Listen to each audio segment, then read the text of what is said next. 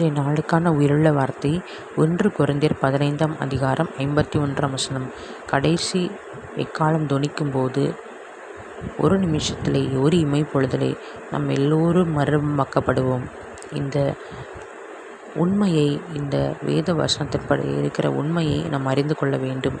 இந்த அதிகாலை பொழுதில் கர்த்தரை தேடுகிற தேவ ஜனமே, நாம் ஏன் இந்த பூமியில் இருக்கிற பாடுகள் அனுபவிக்க வேண்டும்?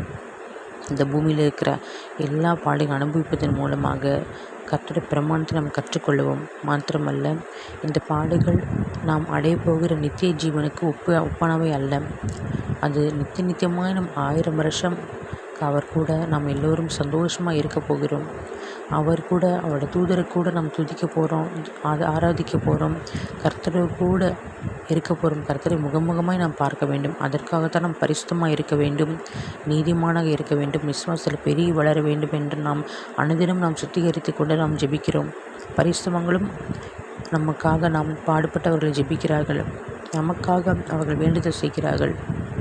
ஆகவே இந்த நித்திய உண்மையை, இந்த நித்திய ஜீவன் அடையும்படியாக நாம் பிரயாசப்பட்டு ஜீவிக்கிற வாழ்க்கை வீணாக போகாது. உங்களுக்காக நான் ஜெபிக்கிறேன்.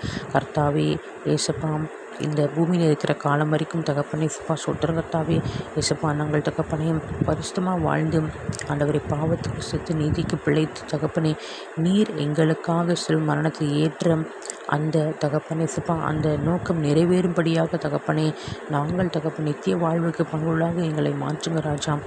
எங்களை ஒவ்வொருவரையும் பரிசுப்படுத்துங்க, எங்களை ஒவ்வொருவரும் நீதிமாக மாற்றுங்க. எங்கள் ஒவ்வொருவருக்கும் தகப்பனை புதிய கருத்தை செய்யுங்க. விசுவாசத்தில் பெரிய வளர கிருபை ராஜா. நித்திய ஜீவனைக்கு நாங்கள் சொந்தரிக்க கிருபை தாங்க. எங்கள் பிள்ளைகள், எங்கள் பெற்றோர்கள் தகப்பனே, எங்கள் குடும்பத்தில், எங்கள் அக்கம் பக்கத்தில் இருக்கிறவங்க, தெருவில் இருக்கிறவங்க, எங்கள் இந்திய தேசம் எல்லோரும் தகப்பனே, எல்லோரும் ரட்சிக்கப்பட வேண்டும் தகப்பனே. வாழ்விலை ரட்சிக்கவே உலகத்தில் வந்தீர் தகப்பனே. அந்த நோக்கம் எல்லோரும் வாழ்க்கை நிறைவேற வேண்டும் என்று நாங்கள் ஜெபிக்கிறோம் தகப்பனே. இயேசு நாமத்தில் ஜெபத்தை ஏறெடுக்கிறேன் பிதாவே, ஆமென்.